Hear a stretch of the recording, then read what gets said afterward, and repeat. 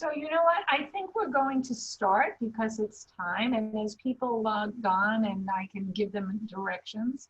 I just want to say hello to everybody. I'm Robin Glazer. I know some of you already, which is so fabulous to see faces of people that I know and haven't seen in a long time. I'm the director of the Creative Center, which is an organization in New York City that provides arts workshops free of charge to anybody living with cancer. From the time of point of diagnosis to the rest of their lives. So you never age out of our classes. And we also have an art workshop program that happens in hospitals. We call that the Artist in Residence program. And we have artists working in 30 sites in New York directly with patients. Today's topic is how to bring arts engagements to patients and their families during the time of COVID. So I'm just going to lay out some ground rules for today. I really want this to be a discussion. It's not about me telling everybody how to do it. What I've learned from the other sessions is that it's good to keep your microphone muted until you have something to say, and then you can say something. We're also going to use the chat function just a little bit at the very beginning when we start talking about the exercise. But I know I'm not supposed to give everybody a lot of time to talk about where they're from, but I would love it if I call your name and you could just quickly say your name and where you're from, and that would be great. Now, my problem for some reason is I can't see all of you no matter what I'm doing here. So, Julia, where are you from? So, Julia Rowland, Smith Center for Healing in the Arts in Washington, D.C. Oh, hey, Shanti's friends. Okay. Terrific. John? John Gould. I'm with Chicago Methodist Senior Services in Chicago. That's right. Pamela? Pamela Crouch with Living Proof Exhibit in Moline, Illinois.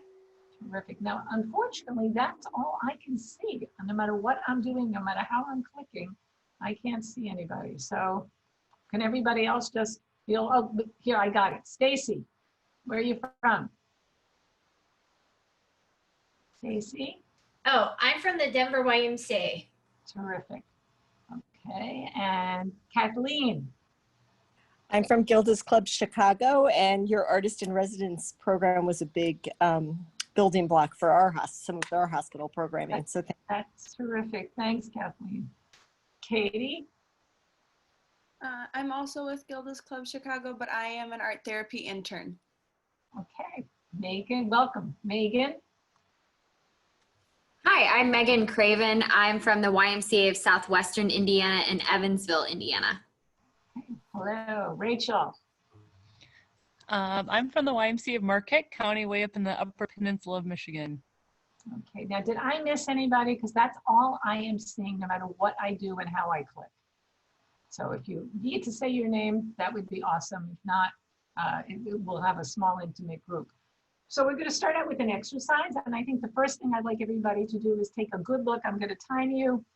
Take a good look at the image on the screen because this is art. We can't not open with an art exercise. And I'm going to time you. You're going to look for 1 solid minute at this image. Go.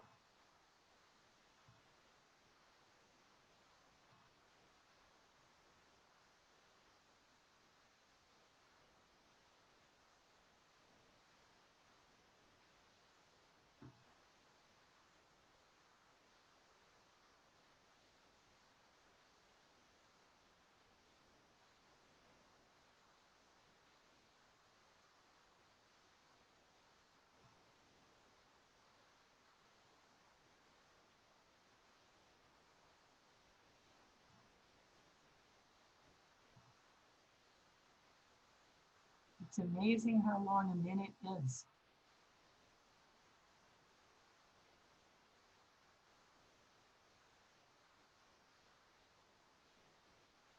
Okay, your minute's up. What I'd like you to do is open the chat box. And in the chat box, please respond to the image with 1 word.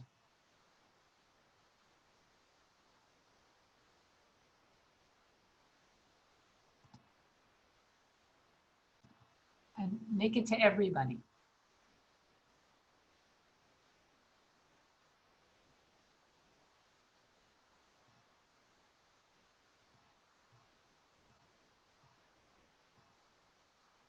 I'm seeing some great descriptive words. Anybody else?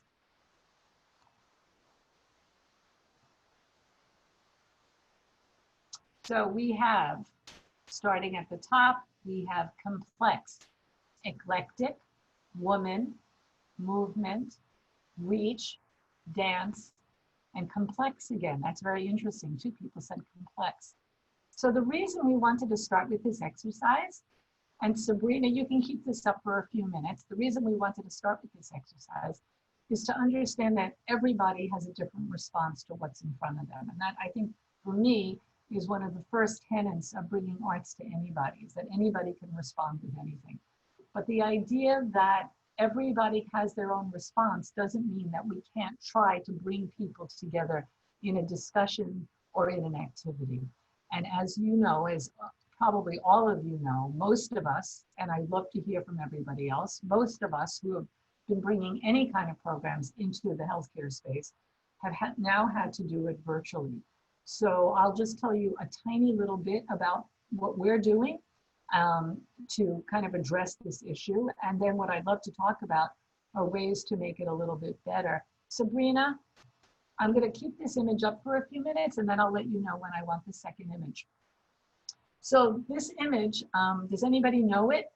If you know it, you can say who the painter is or what you think is happening in this painting. Anybody? It's so hard because I can't see you. No? Okay. So this is an image that has lots of small details that if you get your face really close to the computer, you can see a lot of small little details. And if you sit way back, you get a whole different view. Anybody want to venture what this painting might be about?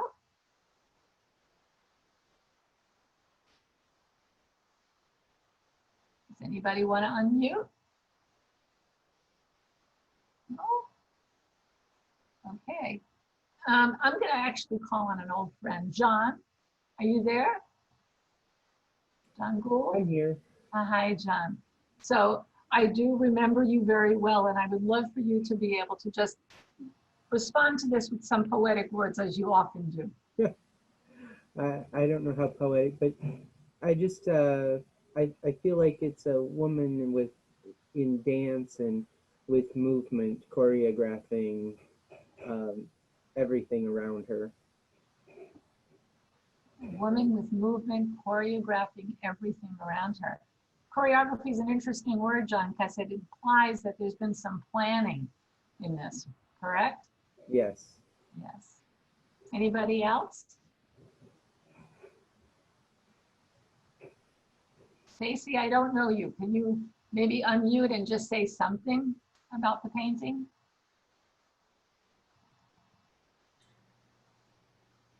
Sure.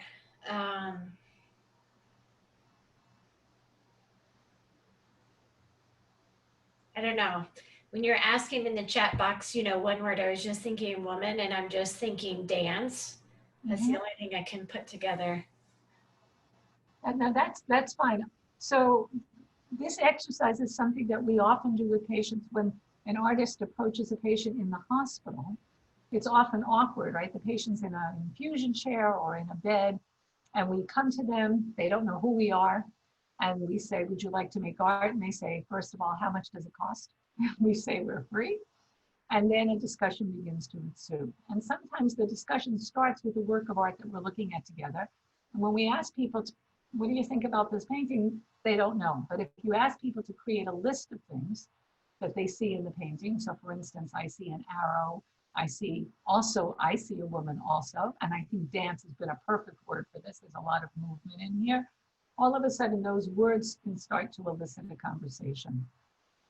And I think for me, as the director of a program that has spent 25 years working directly with patients, face to face, the idea that all of a sudden these discussions are going to be remote, and I think what's happening right now with us was exactly what I anticipated. It's not fluid. It's a little awkward. People don't have their faces up. I see mainly, there's only a few of you that actually have your face that I can see. Most people just have their names. Ah, there we go. I see Pamela and Julia and myself for now.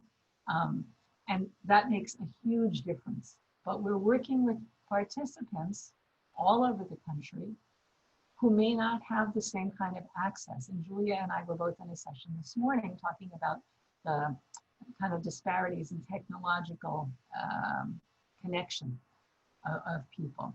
So we have a huge hurdle in delivering arts engagement or any other type of engagement to people remotely. I don't know if any of you are also doing art. I know that Smith Center does, but does anybody else have a program that right now is actively bringing arts or any other kind of engagement? And it doesn't need to be visual arts, it could be music or writing or anything. We do. That's all we do is arts programming. Pamela, tell us a little bit about your program Sure. and what you're doing now. What we're doing now, well, we have 4 major programs. Creative sessions. We teach an art medium to people touched by cancer to help reduce the stress of that diagnosis. And immediately when everything shut down, we partner with Gilda's Club a lot here in the Quad Cities. And they reached out and said, what can you do? So I looked around my house and my yard and just started teaching little art projects with things that everybody would have in their home. And since then, we've gone to hybrid creative sessions, and our creative sessions will continue hybrid next year also. In person is outdoors only, very limited, maybe 5 people. And then it's mostly on a Zoom and Facebook Live. Additionally, we have exhibitions of cancer survivor artwork. We partner with the Figge Art Museum. And so the museum is open with restrictions. So people can go in and see the art, but a lot of the people that we work with, that y'all work with, don't want to go out. So we've been having online programming so that they can view the art. We also have art-to-go projects to get the arts into the hands of people. And our funders agreed, and we're mailing them out. People can make a request and we'll mail out the project to them. Art-to-go projects are always ones that people can just do on their own. And what's funny is that our only original virtual program which is a partnership with the Figge. They have a robot. Patients getting infusion treatments can drive the robot around the museum, and a docent in the museum will give them a guided tour. That's fabulous. That's amazing. It's fabulous, and we can't go into the hospitals. So we can't right now. That one is actually on pause, but I'm pulling together something that will have QR codes for virtual. They'll be able to do virtual tours. We have all of our programming up on YouTube. Our botanical center, our local botanical center, is going to give us a QR code that will let people do a drone tour of their gardens. And then we're working with some of our local symphonies and music outreach. So even though we can't get right now, it's just on pause until the hospitals let us back in. But then at least we'll get something for them to do while they're getting their infusion treatments. So that's our 4 main programs. That's absolutely amazing what you're doing. That really is amazing. I mean, I think, and I want to hear, some other people wrote things in the chat, and I'm going to ask them to talk about it. But I do have a question for you because it's really heavy on my mind now. What about the people? How have you been delivering services to people who don't necessarily feel comfortable with technology or have technology? Well, that's something that's why we have multiple programming. We get art supplies to people so that, everything, if you come to a creative session, you can't figure out Zoom, you don't have Facebook, we will still get you the art supplies. Almost everyone can access YouTube. I don't know why, but almost everyone in our area can access YouTube. So we've got that fail-safe for the active creative sessions that we do. And then, as I said, our Art to Go projects. So we have puzzles that were created by cancer survivors, coloring books, all the images are by cancer survivors. One we have right now are watercolor Art to Go projects. So those are projects that people can do and they don't have to have any technology. So we're trying to, through the various art programming that we have, trying to make sure that people who don't want to be online can still have something with the arts to do. Thank you, terrific. Kathleen Voss, you wrote that we continue to offer art classes through Zoom, but you missed the hospital outreach. Can you tell us a little bit about your classes and the shift, and what is it you're missing and what is it the people you work with are missing? So before COVID, we have an art therapist who Katie is working with, who has been with us for years.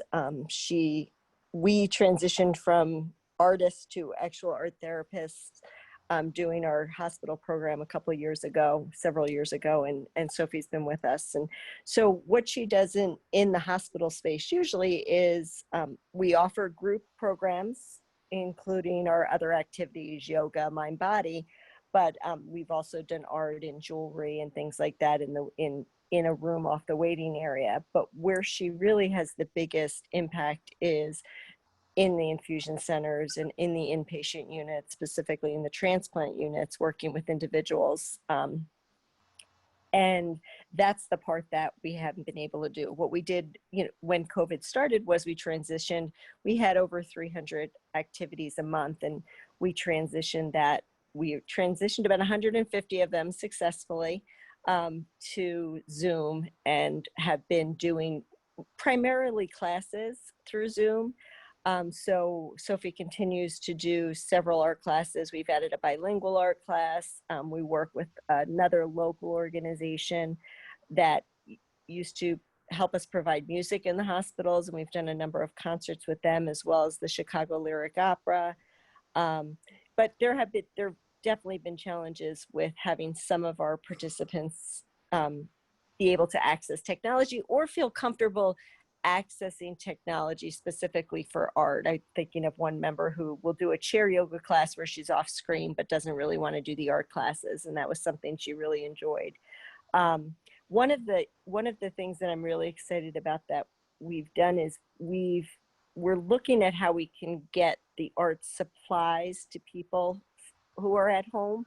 So we had a corporate group that's worked with us before, and we normally have corporate groups come to our clubhouse and do activities, and they were going to come to the hospital this year, and of course we weren't able to do that. So what we've done is the corporation has asked their volunteers to put together art kits in their homes, and then they're going to deliver them to the clubhouse, and we're going to find ways to get them out to our members. And kind of piggybacking on what was just said about YouTube, our art therapists or our interns are going to create videos so that if they can't make it to the classes because of timing, because of access to technology, they can at least utilize those YouTube videos to use the materials that we can send them in the mail.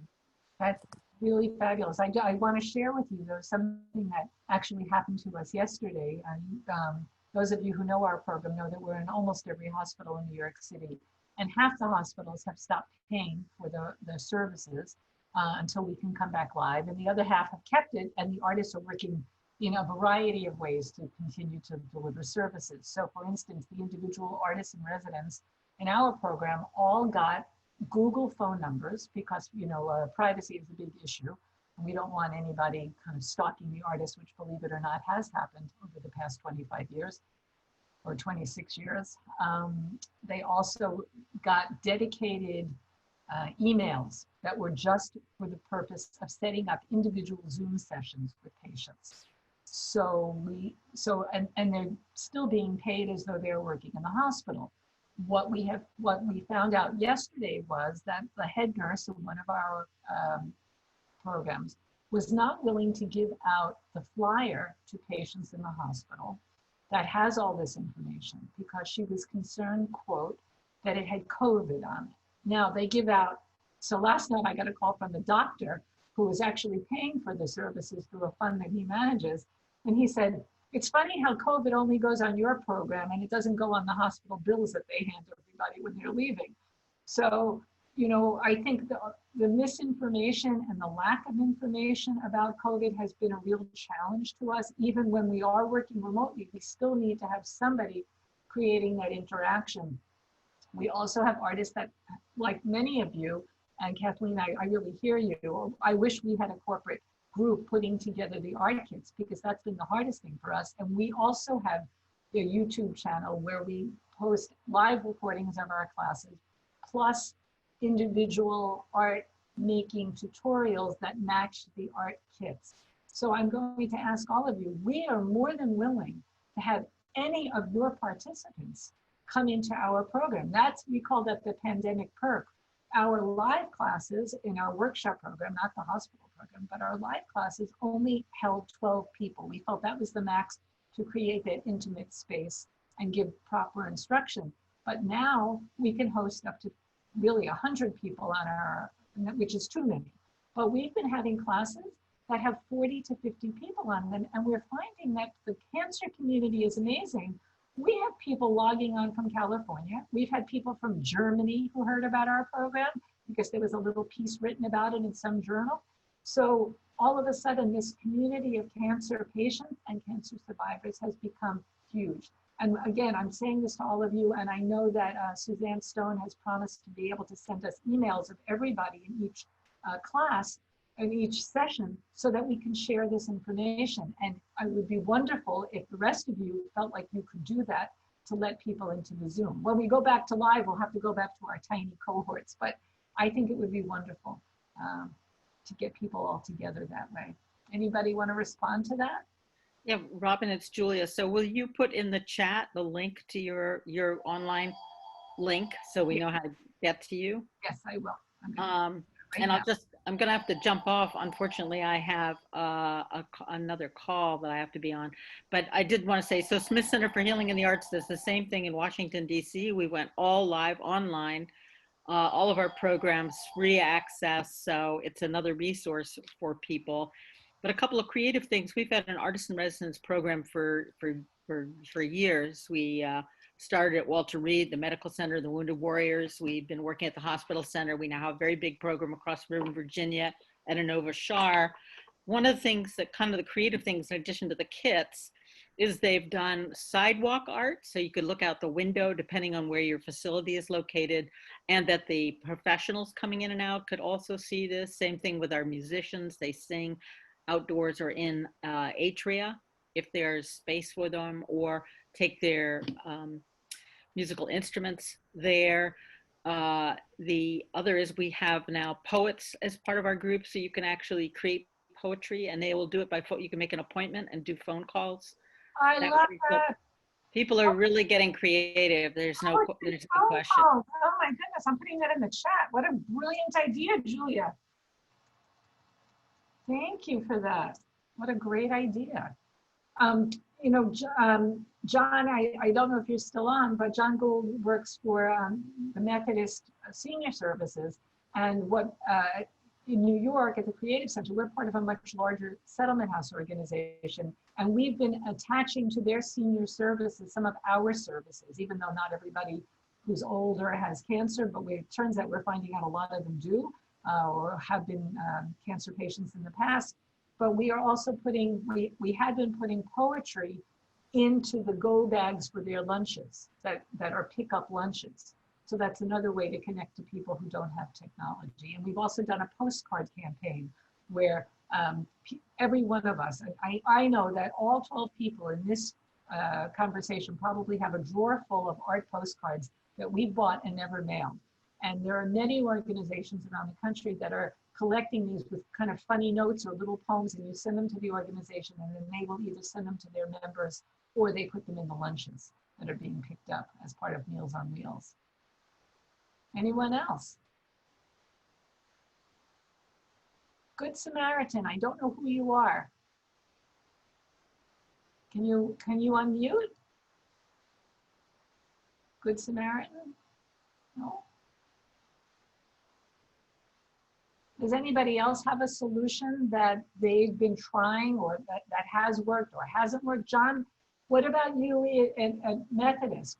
I know that the most vulnerable populations obviously are the people that you're working with. Yeah, it's been challenging for us, and we're still trying to navigate our way through the process, because we have 3 locations trying to,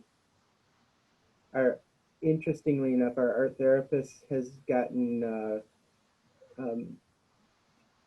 we've had to stick her at one place, and then we finally let out, and then she went to another one, and we recently had another outbreak, or had a small outbreak there, so we've kept her in place. And even though we deal a lot more with dementia patients, so it's been finding creative ways, and so at one of our other facilities, she just started this week doing Zoom art with them, and it went so much better than we ever thought it was going to, because how do you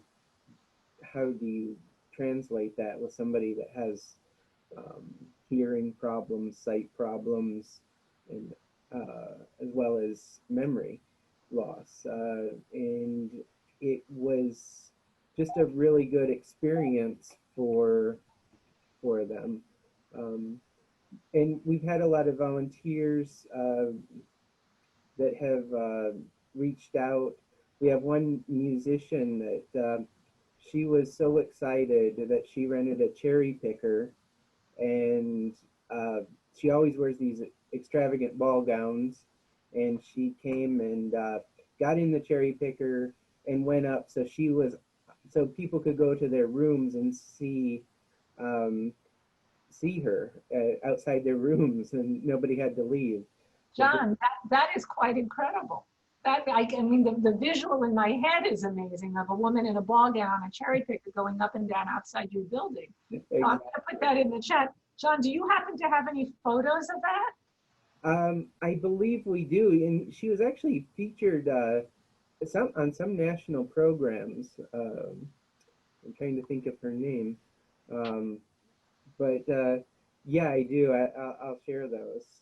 Okay, well, I'm definitely going to Google it, but I think that is quite an extraordinary response. And I think, you know, the good thing about all of us who are doing art already or who want to do art is that we've already thinking outside the box as much as possible. So this is just one more challenge. Someone said to me recently that the best part of being an artist is that you get to break every rule there is. Oh, thank you, Sabrina. Sabrina is you can't see her, but she's there doing the screen share for me. So all of the images that Sabrina is sharing right now are images of the artist at home who you don't see, and working with patients who are on a Zoom session in the hospital. And Sabrina, can you just go back to the one that was before this one? So this was really interesting because this was through Zoom. The iPad was set up kind of up high on a shelf, but this man wanted to paint with his daughter. So his daughter was at home on her Zoom. He was in the hospital painting with the artist. And this was actually right at the very beginning, before everybody had to put masks on. So it turns out that the artist never got sick, and I don't know about this gentleman, but as you know, it's been a real challenge trying to figure out exactly when we have to put things in place and when we don't. I know that for all of you, planning ahead right now, and I'd like to move to that discussion. Planning ahead is probably really, really difficult. And in our minds, we needed to develop a plan so that we can figure out how to fundraise specifically for what was coming up. And we made the decision here in New York that we are not definitely going back to any live programming, workshops, or hospital, at least until June of 2021 and maybe further. Has anyone else done any planning around that? Stacy, are you there? No, I'm here. I have a little bit of a different situation because I'm running the Livestrong program virtually right now. But I wanted to come into this session for art just to get some ideas, trying to think outside of the box for our patients, because the hard part is they're cancer survivors, they're at home, they don't have anywhere to go. And we're trying to just think of ways to keep them uplifted. You know, having them renting out gym equipment so they can work out at home. I like the idea how you put the poetry in the bags for people. We are thinking about doing like care packages for them to send out to the participants. I really haven't gotten into like a lot of art with them or anything like that. This is my first time being an instructor for the Livestrong program, but Stacy, you're talking about Livestrong at the Y, correct? Yeah. So, you know, everything that we're talking about really can be translated from art to movement. It doesn't, when we train artists, we have artists that come from all different modalities. So in many ways it's similar. May I ask, is your YMCA open yet? Is your gym open? So right now we are open, but the situation is you can only have so many people in the building at one time. So for example, like swimming, very popular right now, you know, you have to make a reservation. So we also have times for people, older adults, or if they're having their immune system is compromised, we have special hours for them to come into the Y. And then of course, you know, we're cleaning the facility on an hourly basis.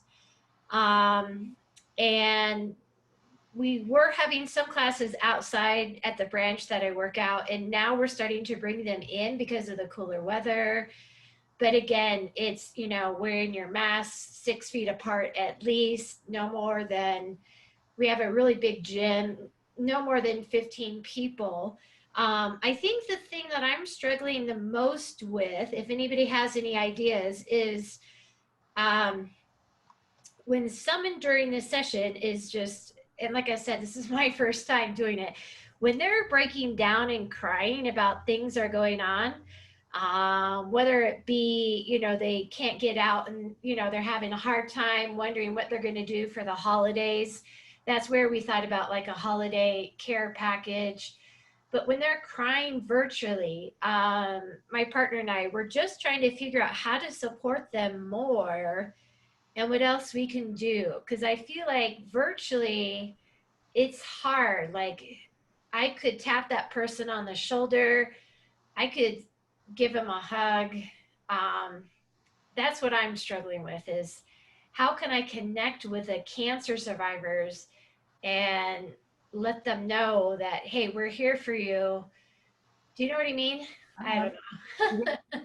We absolutely know. I'm going to share something with you that happened yesterday, which is, and I'll tell you what the response was. So, you know, we do have art classes. There's one of my artists. This was pre-COVID, by the way. She's working in the hospital. I ran a workshop yesterday for the first time in years, because I'm so excited finally that I can, you know, take some time to do that. And I taught, we're having a series once a month called Art and Appetizers, where we're looking at and talking about art. And everybody needs to come to the session with an appetizer that they've created, and we share it, and all the participants have shared the recipes with each other in advance. So they all send them to me and I send them out, and it's been kind of like a cocktail hour, right? But it's not cocktails, and it's art. And one of the images was, for most people, one of the images that I chose was a very powerful and kind of empowering image. It was of an older woman in a chair that resembled a throne. And one of the participants who was on the call, we had, I think, 20 people on, said, that woman's being pushed to the corner because her chair was in the corner. And another woman who was on the session, and everybody had their cameras on. So, because we're finding that people really want to see each other. They're so isolated, they want to see faces. And another woman burst into tears and said, well, that's how I was when I was having a bone marrow transplant. I had 1 month where I had no visitors at all.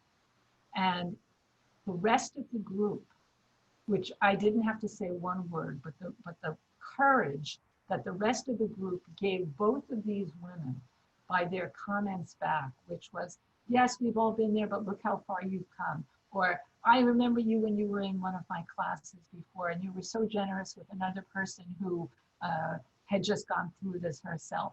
And just the camaraderie that happened by seeing faces was remarkable. But I also want to say is that you know that in just even doing the exercise classes, people are coming from every different part of life. They may have the same experience, but they're all different. So our YMCA, where my office is actually in a YMCA building in New York City, when they have an issue with somebody in the Livestrong program, they refer them to us and I refer them to a social worker to help them. So that may be something that you want to start establishing even now, that, Gilda's Club. Stacy, remind me where you are? So I'm in Denver, Colorado.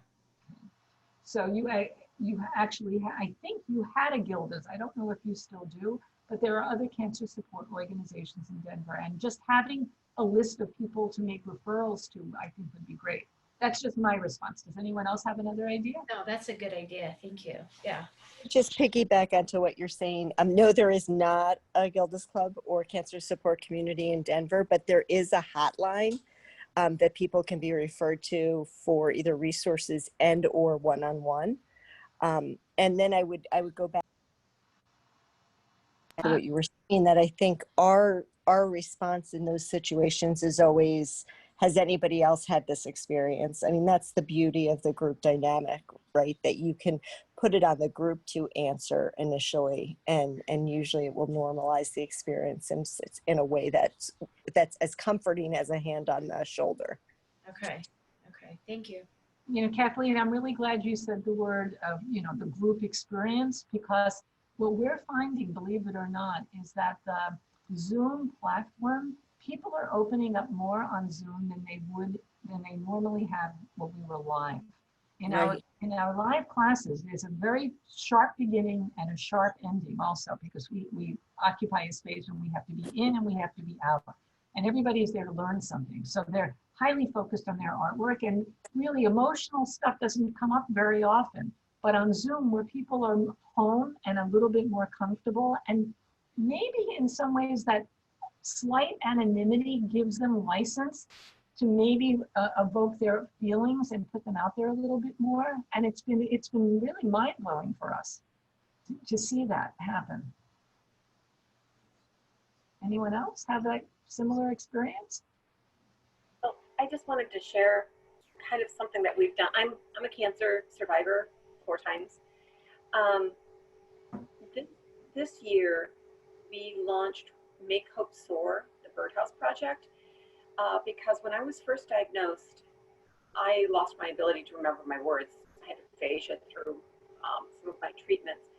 And what I did was I picked up little wooden birdhouses. I'm not an artist, but I can paint a wall. That's really all birdhouses are, walls and a roof. So I painted them and I gave them away to newly diagnosed cancer patients.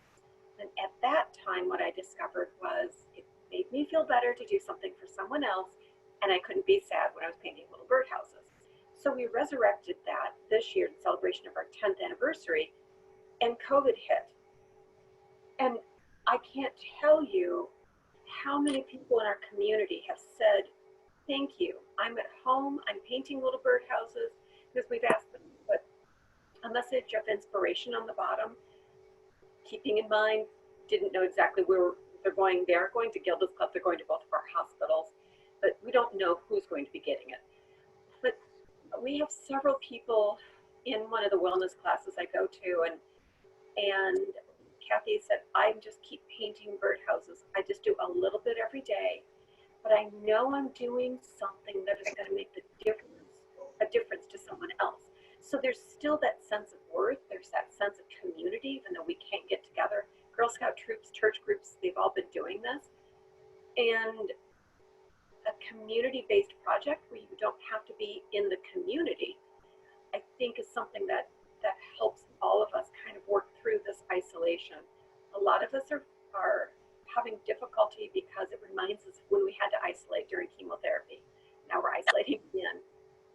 But a community project where you can get on the Zoom and you can pick up your little birdhouse and you can say, oh, look at this. Hang on. So most of them are painted, but I went to Restore and I picked up hinges, staples, the front of a door, a little bird, and suddenly it's steampunk. That's so beautiful. But it literally is painting and glowing. But it's Pamela, how is the community getting the birdhouses out to other people now during COVID? Because that, I think we keep talking about that being one of the biggest challenges, getting things to people. Absolutely. What we've done is we had a significant amount of birdhouses available for people for pickup, non-contact pickup. And we had a group of volunteers who would deliver them to certain areas. We had some people would just call our office. We'd have them packaged, ready to go. They just come pick them up, instructions. Until we ran out of paint, we had paints in there, paint brushes, a variety of materials for them to use. And then some people, because people in California and Texas and Kentucky were in Illinois, they started to do this. So they bought the birdhouses. Then we had a deadline of, if you want your birdhouse to be on display at the Figge Art Museum, get it back to us. We had 3 places they could drop them off, no contact again. And so people would drop them off. Some people kept theirs and they gave them to their friends, or they just kept them as a reminder. Perfectly fine. But they're currently all in the trunk of my car, and I have an SUV. So I will be I will be dropping them off to the hospitals and to Gilda's Club and to some other doctors who requested them. And they're going to be, this is something that I know that we'll revisit over the winter because we're concerned about people not being able to get out, and those people who have Zoom, they're exhausted from being on Zoom.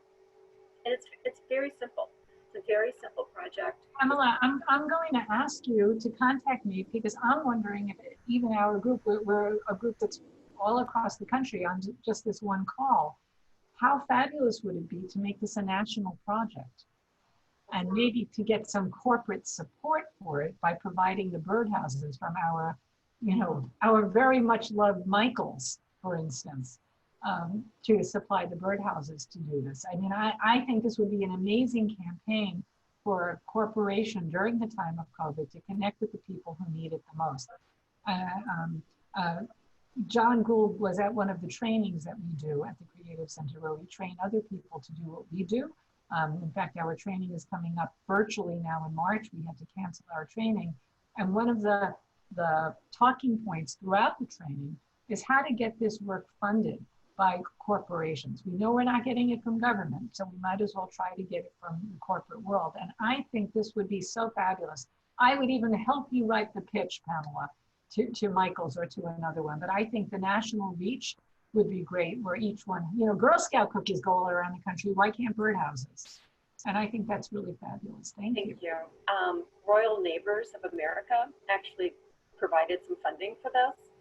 And we have, we did it on a smaller scale, but I was surprised when I had people showing me pictures of people in Kentucky doing these. It was like, because they invited their families. So people in Texas, they heard about us. One of our stories went out on the AP Wire about this. So I think that would be great. They're looking for something uplifting and that they can do together. Well, Pamela, I was going to say, and I'm actually saying it because I see John's face. So John works with older adults who don't necessarily have illness, but the whole idea of the vulnerable people who are kind of more locked in now. So this could become a huge national response to anybody who really has to stay in and is more isolated. So, maybe not just limiting it to the cancer community, but expanding it a little bit.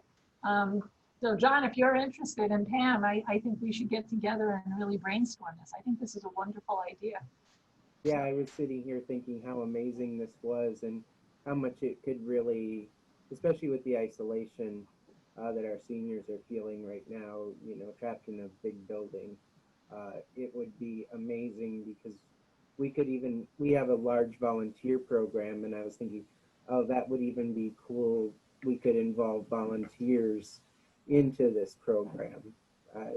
Would be amazing to connect and work on this. So thanks. Pamela, would you mind putting your email? I know we'll get it eventually, but can you put it into the chat? Maybe we're pushing you too much. Maybe you're too busy to even think about it, but you know, you never know. From these kinds of conversation come really big ideas. Robin, I'm just going to jump in here. We're getting towards the end of our time. Sure. Oh, thank you. I wondered whose voice was behind Livestrong. That's Sabrina, my handy friend. I do want to show you just for 2 minutes, just talk about the image that's in front of us, which is, this is actually a photo of the artist's screen, the artist working at home. And there is the person that she's working with who is actually at the hospital in the waiting area, where she actually had to wait for almost 2 hours because the radiation machine was down.